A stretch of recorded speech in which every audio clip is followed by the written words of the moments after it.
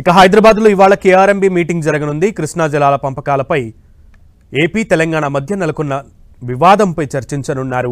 కృష్ణా నదిపై ఉన్న ఉమ్మడి ప్రాజెక్టులలో నీటి మట్టాలు వేగంగా తగ్గుతుండటం, ఆయకట్టు ప్రాంతాలలో తీవ్రమైన నీటి కొరత పరిస్థితులు తెలంగాణ ఏపీ నీటి వివాదానికి ఆజ్యం పోశాయి.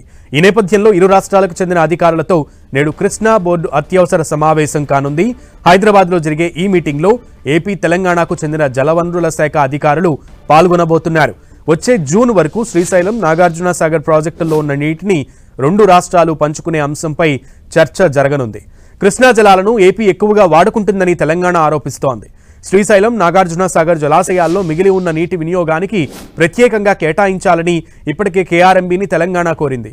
ఏపీ తన వాటా కంటే ఎక్కువగా నీటిని వాడుకుందని, మిగిలిన నీటిని తెలంగాణ ప్రత్యేక వాటాగా పరిగణించాలని బోర్డును అభ్యర్థించింది.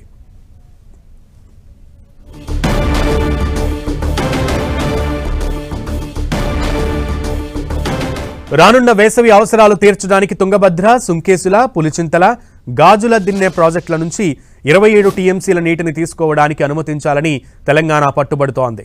ఈ క్రమంలో నేడు జరిగే మీటింగ్లోనూ తెలంగాణ నీటిపారుదల శాఖ అధికారులు ఇవే అంశాలను బోర్డు ముందుంచే అవకాశాలున్నాయి. ఈ మీటింగ్లో పాల్గొనబోతున్న ఏపీ అధికారులకు సీఎం చంద్రబాబు కీలక సూచనలు చేశారు. వృధాగా సముద్రంలో పోతున్న నీటిని ఏపీ వాడేసుకుంటుందంటూ తెలంగాణలో రాజకీయ పార్టీలు, అధికారులు వాదిస్తున్న నేపథ్యంలో ఈ వాదనను సమర్థవంతంగా తిప్పికొట్టాలని అధికారులకు చంద్రబాబు ఆదేశాలిచ్చారు. వరద జలాల్ని వాడుకుంటే తప్పు లేదన్న వాదన వినిపించాలని సూచించారు.